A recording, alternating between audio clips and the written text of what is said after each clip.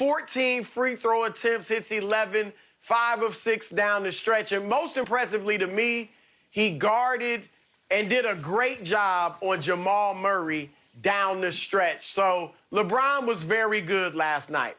But he did not carry the Lakers, okay? This wasn't the LeBron we're used to seeing where he puts everything on his back and he really does it all.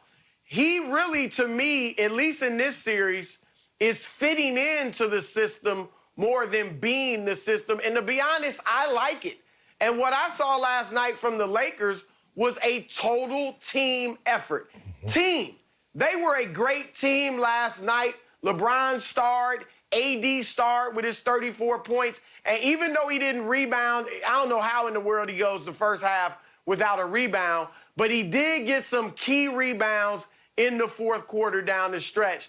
But you got to credit the rest of the guys because, as I said, team effort. Dwight Howard with the 12 and 11 in the first half, he wore down Nikola Jokic physically, I believe. KCP, Kentavious Caldwell-Pope, some big shots and even a big defensive play or two here or there.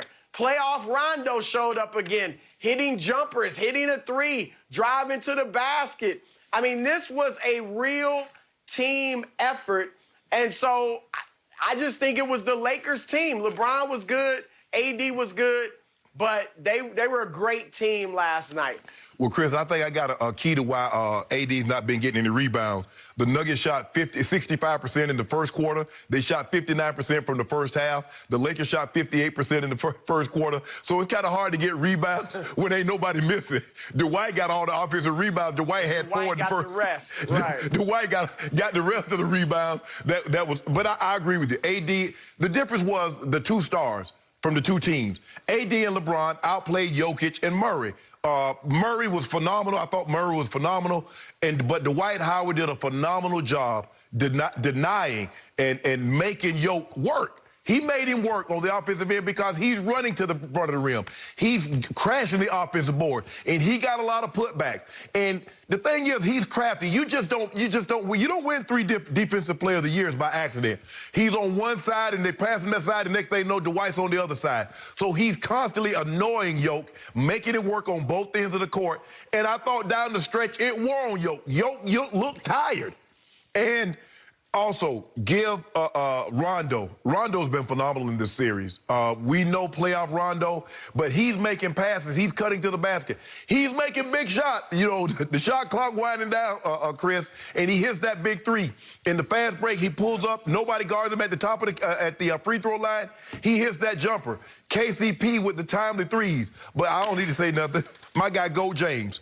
Now, Chris Broussard, the guy you voted for Defensive Player of the Year and the MVP, he turned down an assignment on Jimmy Butler in Game 1. Butler was going crazy. He wanted no parts of it. Them two wing defenders that you have called on this show the greatest since Pippen and Jordan didn't want this assignment. They could do nothing with Jamal Murray in the second half, and let alone the fourth quarter. My guy, 35 years of age, got a birthday in about 4 months, about to be 36. 17 years with a lot of wear and tear on those legs. Took the assignment on the 25, 26-year-old Jamal. He might not be yet that old. On Jamal Murray. I need some kudos to my guy. I need his flowers now. I need him flowers now, Chris Broussard. Props. Props. He was great. Okay. The defense, I was impressed. I got flowers. No, you don't. I got props. No, you don't. No, you don't. Everybody know you ain't got none of that. Weeds. Yeah. I am here to admit, LeBron James finally came up clutch in clutch time. Except it was on defense, not on offense. He was actually having a miserable fourth quarter on offense. He wound up 1 for 4. He did get to the free throw line, and he made 7 of 8, which by his standards is like, wow, a rare sight. Great. None of those free throws had to be shot when the game was within 1 point or tied, so he got a break there because we know he can get really shaky on those. But the point was, the story of the game was that Jamal Murray did a number on LeBron with about 2.5 minutes left in the first half. It was another trick shot from Jamal Murray, and he deked LeBron because LeBron thought he had him dead to rights with a block, if we could see it. And at the last second, whoops, he pulled a string on him, and he went up and under, and LeBron blocked nothing but air, and Jamal off the glass hit nothing but net. It was another display of a rising superstar who, in the end of the game, was not a superstar, but he can pull off shots like that. I believe it stung LeBron because he got sort of reverse posterized. I think he went to the halftime locker room, Nuggets still hanging around. Only a 5-point game, and I believe LeBron brooded at halftime, gritted his teeth, and said, I got to wipe that off my resume. I got to get even for that. And to his credit, he told Vogel, with about 5.5 minutes left, I got him. It's a big deal. I am with you. But remember, he is 6'9" versus 6 feet 4 inch Jamal Murray. But you got to have enough left in your tank. You got to have enough left in your legs that you can, as you say, sit in that chair. And he sat. So let's see the tape of what happened.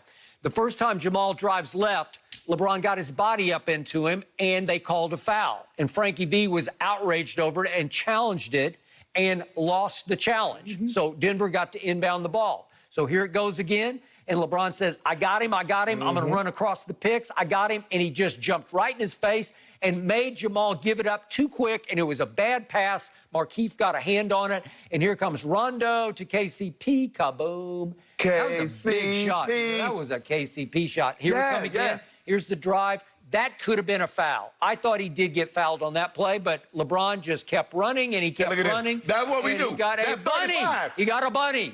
And this is a 3-point game. And then that was the best defensive stand of the night because he beat him to his spot and he made him eat it. That was not a foul. And Rondo comes right down to the other end, playoff Rondo, and nails what became, it felt like a dagger at that point. Okay, so did LeBron take him for the whole fourth? No, he did not. He took him for the last 5.5 minutes, and it was really just 2 drive shots. The first could have been a foul, and trust me, the Nuggets will now send that tape to the league office to see if they can get some new favor from the officials the way Vogel and Rob Pelinka did before the game last night, obviously, and they got all the calls. So they got away with one there. If Jamal had gone to the free throw line, he probably would have made 2, and it could have gotten pretty dicey for your Lakers. But they got away with that one. And again, not only did they call fouls on defenders covering LeBron, because what did he end up shooting? 14 free throws? He and AD both. Okay, he and AD both shot 14 free throws. But they also gave LeBron breaks when he was guarding Jamal. And the final stat I'll throw back to Chris Broussard is Jamal Murray has been just crazy wild hot from 3. He killed the Clippers from 3, especially.